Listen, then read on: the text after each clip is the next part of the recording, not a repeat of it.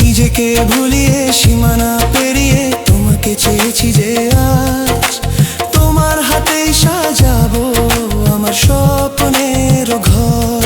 আমি তোমার প্রেমে পড়ে দুনিয়া ভুলে গেছি।